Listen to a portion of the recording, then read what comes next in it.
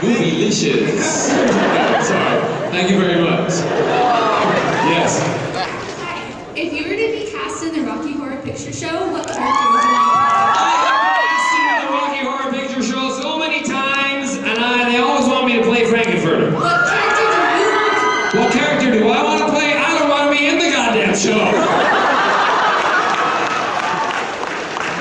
I don't like it. I don't. Listen, I'm sorry. You know, we all have our opinions. I mean, you know, it's not my thing. I don't really like it. It's not the show that I would really be able to get up and do 8 times a week. Sorry, but no. I'd rather do Lacage. Yeah. Sorry, I want to be a pretty tranny. I don't want to be a haggard tranny.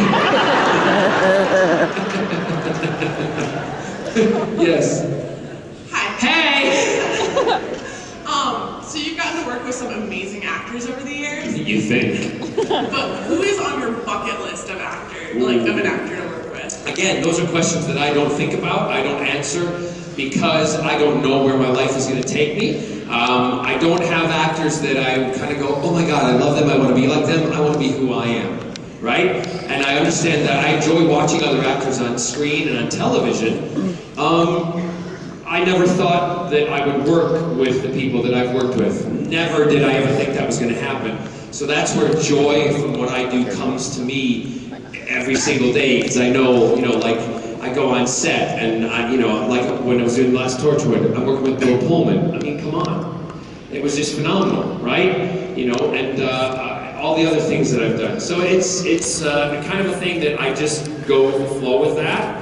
And there would be one person, if I could go back, this is going back to my musical roots.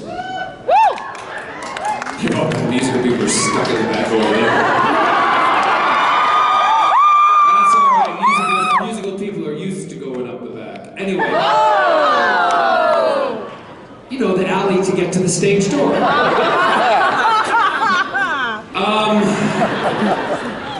I loved growing up Gene Kelly.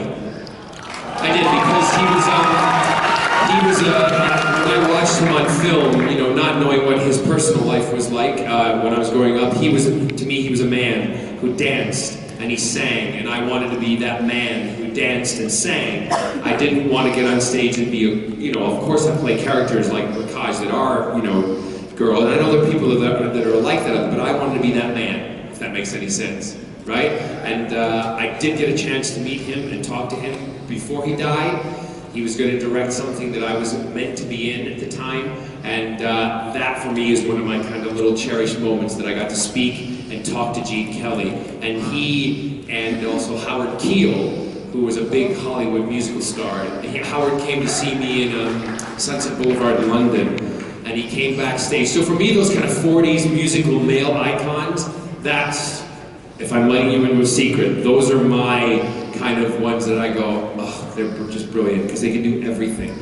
And Howard Keel came into the dressing room, and this, you know, all 7 foot of him, and he walked in, and I wanted him to start singing, you know, 7 Brides for 7 Brothers or something like that. He walked in and he said, you know, yo man, just want to tell you, if you were around in the 40s, you would be my main competition.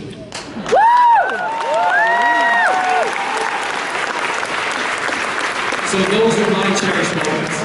Those are mine, and I have written about them in my book, so, yes. Hi. Oh God. Right? See, I just did a squeak.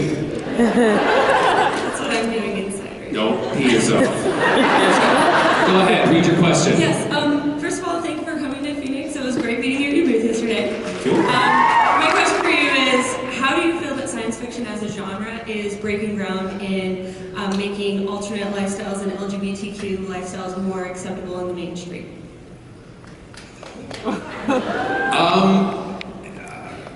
Well, I think that it's, you know, and you may disagree with me on this, there's two kind of answers to that question. Sci-fi's been doing it for a very long time, because they've done it in relationships. Like, if you can go back to the original Star Trek, where, you know, Kirk is with a green lady, all right? 2 different colors, da-da-da-da. That's the way they could get around it in those days, right? So we've always touched on those things in sci-fi. We've always, he's having sex with an alien or something like that. It's very different. It's what they would think, we don't think nowadays, but that was the taboo then. The subjects you couldn't touch. So sci-fi's always had that. But what a lot of people don't understand is that in American television, there are the most gay, lesbian, transgendered, and this is going to be new. What is the cue for the end? Oh, see, we don't use that word in the UK, but it's cool. So I've learned something new today. So lesbian, gay, transgender, and queer. Bisexual, sorry. I should know, shouldn't I? My sister would text me and she'll go, "What is it now? What is the term today?" I'm like, "Don't ask me. I'm just gay." So with all that having been said, all of those, there's the most gay people, I say gay people, are represented on American television than anywhere else in the world. Yes, we applaud, that's great, but the problem is they're all the same type. Yeah. Right. Yeah. There's nothing wrong with flouncy queens, right? Because I got some friends who are the biggest queens in the world, and I love them to death, but we're all not that way. Right. We're all very different, as they are in every other section of society. We have different types, like I was saying to that young lady earlier. That's why I wanted to be the man who sang and dance, to be able to sing and dance. So I think we need in mainstream television to start representing gay, lesbian, bisexual, transgender, and queer people who are like us and not like what everybody finds it safe to accept. Right. Yeah. Right? Good. Because I want to see some butch men on television doing it with each other, and I want to see some pretty lipstick lesbians kissing. We ain't all dykes and queens, right? Right. Am I allowed to say dykes? Because you're all very quiet. Okay, it's okay for you to say queer, but I can't say dyke. I'm talking about a wall that you put your finger in. Oh no, that's it. Never mind. That's true. That's in Holland. Yeah. I love you guys. Yes. Hello, John. You are a wonderful, beautiful human being, and you are enough to make any straight man a 3. And I just want to ask... Hold on a second. Whoa, whoa, whoa, whoa, whoa. I learned a lot in Phoenix today. The Q for queer. Where are you going?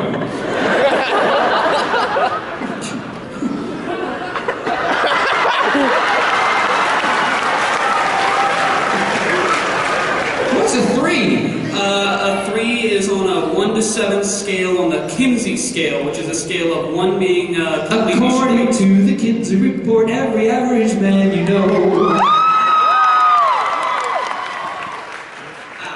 So you're a 3. Only for you and David Tennant. Gotcha.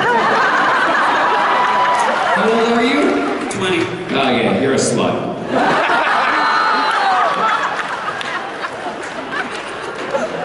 Yes? I want to know, how did you react to the end of the series finale of Doctor Who last week? No spoilers! No spoilers! It's fun. I haven't seen it yet. No spoilers!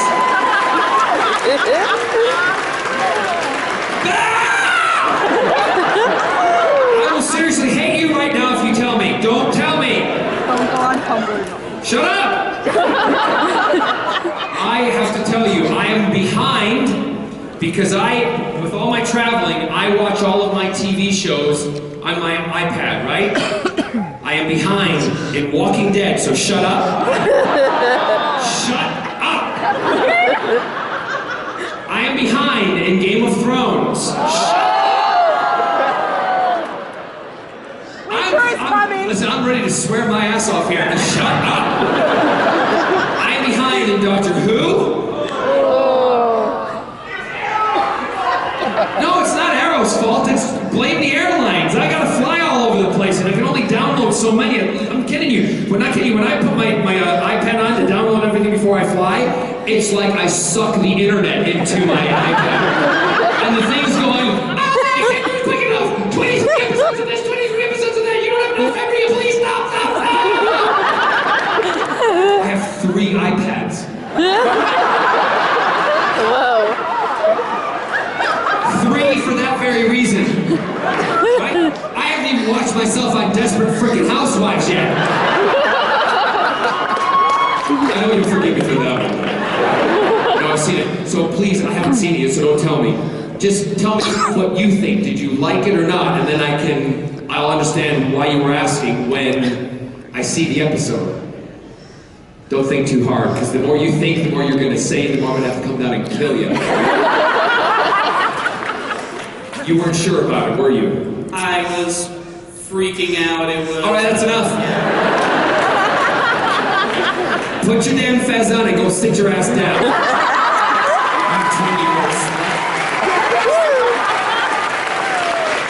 Seriously, don't prompt those questions, because I literally will. I'll leave. Hello, John. Yeah. How did you come upon the Malcolm Merlin role? How did I come upon it? Yeah. I was in Palm Springs a little over a year ago, and I got a call from Andrew Kreisberg and the producers and everything, and they contacted me and they said, we have a role that we would like to look at you, if you think about doing it. And I said, okay, and they talked about it on the telephone to me, and they sent me the script, and I didn't even have to read the script, because when they spoke to me about it, the passion that they had in their voice, the commitment that they had to the story, how they wanted it to grow and what they thought about it, reminded me of how I was first spoken to about Captain Jack and Doctor Who, and other things that I've been passionate about, and immediately I said after the phone conversation, yes, I'll do it.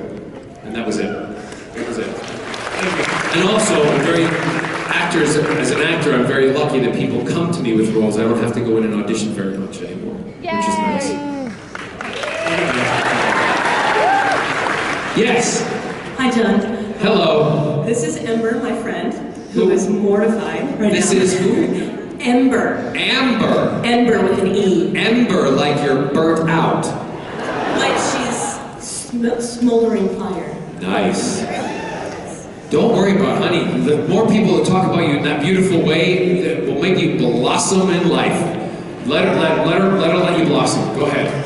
Okay, this is Ember, and we would like to know if you could sing for us.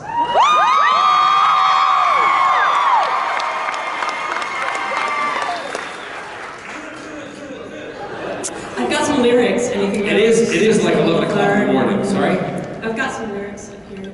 You got what? Lyrics, if you'd like. Lyrics for what? Anything goes. Oh, I've done that so many different Or conventions. Sunset. Sunset Boulevard. Oh God, I can't remember those words. Sing who? Yeah, but that's really no. But don't you tell me to shush, girl in the purple dress. The Wizard and I! What? The Wizard and I! I am not. Listen, I was in Germany last week, and they asked me to sing "Springtime for Heaven." I was like, hell no. See me in Dusseldorf going, with a hand up and everything. That would go down a tree, wouldn't it? The Wizard and I! Sing whatever I want. I know. You wait, shh. One person over there shouted. What do you want me to say? Who? Oh God, no. David likes them. I don't.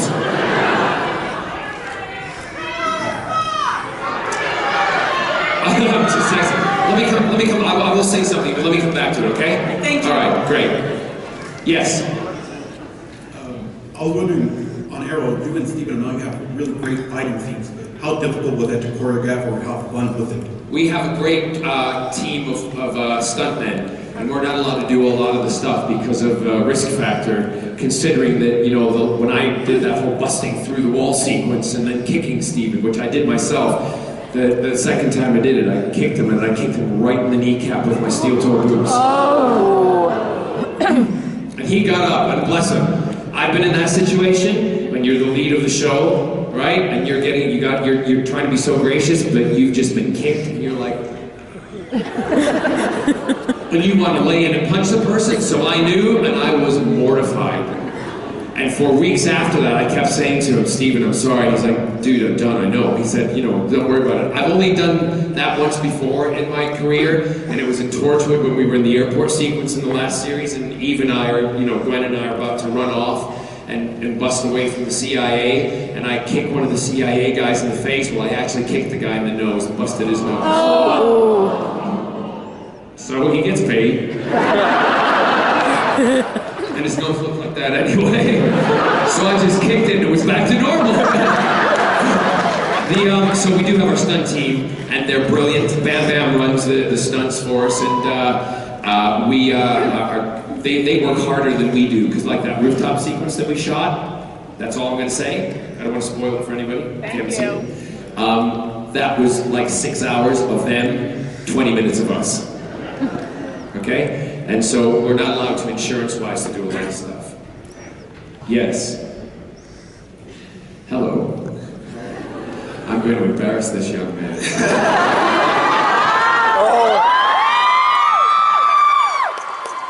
Because, I'll stay in the light. This is the Marine.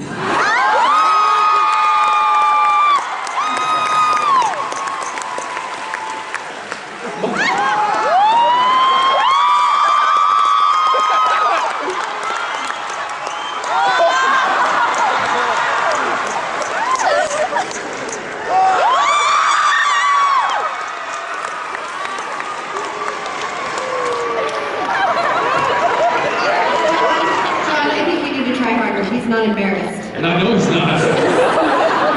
God love the military, huh? I did say to him, if you're that, I don't know what his game card is, but if you're that open and you're that comfortable with all the different people that you're around, you're gonna make one good fucking Marine, I'll tell you that right now.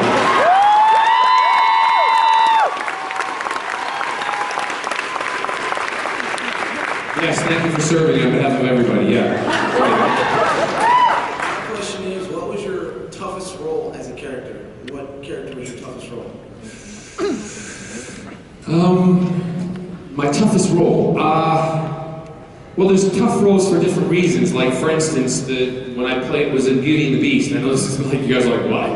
When I was the Beast in Beauty and the Beast on stage, that was really tough because I had to spend an hour in makeup every day getting prosthetics put on, everything, and I had 20 to 30, 40 pounds of equipment on me, and I had to walk around, and do what I do on stage every single day. Tough-wise, Jack wasn't tough. Jack was fun. Jack was a blast. That's why that kind of thing is good. Merlin is not tough. Like tough things. It sounds twee, but when I did Springtime for Hitler, I had to sit and get my hair dyed every day. And you know how much your scalp burns after 2 weeks of having your hair bleached? Ow. I know. Ow. The blondes do have more fun. And the phone number you gave me yesterday doesn't work.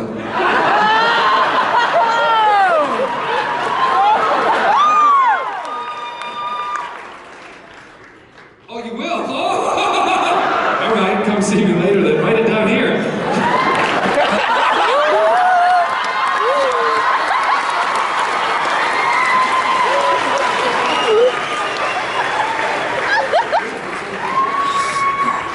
Yeah, of course I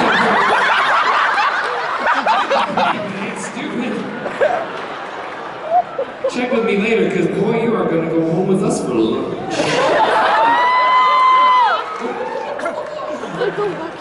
We'll talk later.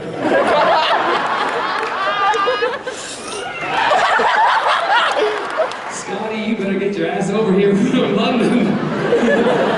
Because there's going to be a Marine sandwich tonight.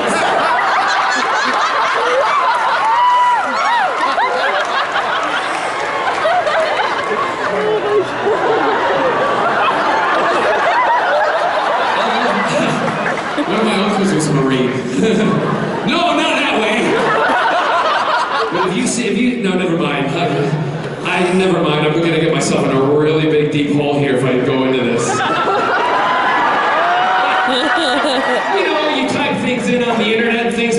have you ever seen those videos with the Marines?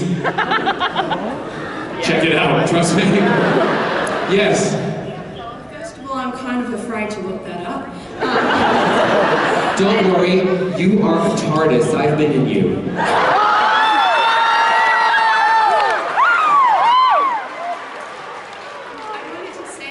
I suffered through the episodes before and after the Desperate Housewives to actually catch up so I could actually follow your storyline properly, Well, and you were thank you. amazing. Thank you. So, good job. And, oh my gosh, I was a little traumatized though beforehand, but thankfully once you showed up, it made things better. Anyway, the question is, what was your favorite school subject?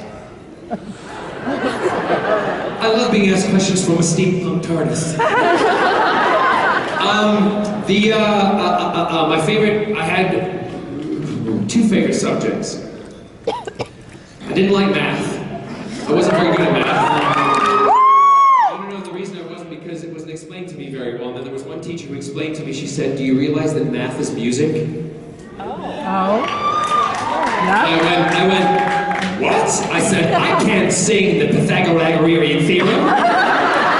Or when it's out to bisect an angle." No. She said, "No. Eighth notes, quarter notes, fractions, whole notes, half notes, it's all numbers." And I went, "Oh my God, so it is." So that helped me out an awful lot, but I still don't like math. My favorite subjects were English.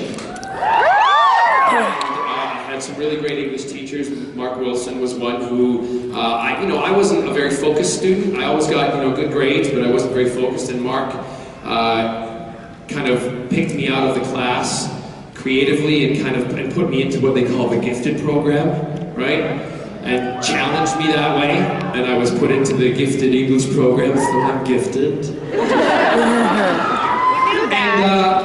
So I did that, so English, and then we had a teacher like Diane, her name was Diane Grider, who taught me the things about when I was reading books, and I fell in love with reading in my junior year in high school, because I learned the things about subtext and foreshadowing, and really getting into the plot and the character development of stories and why authors were writing specific things, which in return, my sister and myself, has helped me and as an author, later in life. And who would have thought that this boy who got average C grades in, English to begin with, and then was moved into the gifted program where I felt like I was swimming underwater half the time, would end up being a best-selling author.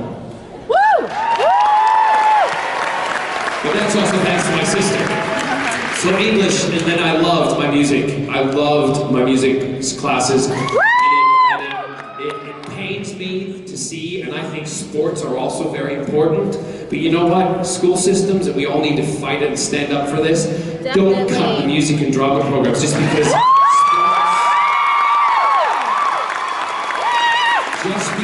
the sports team needs a new outfit.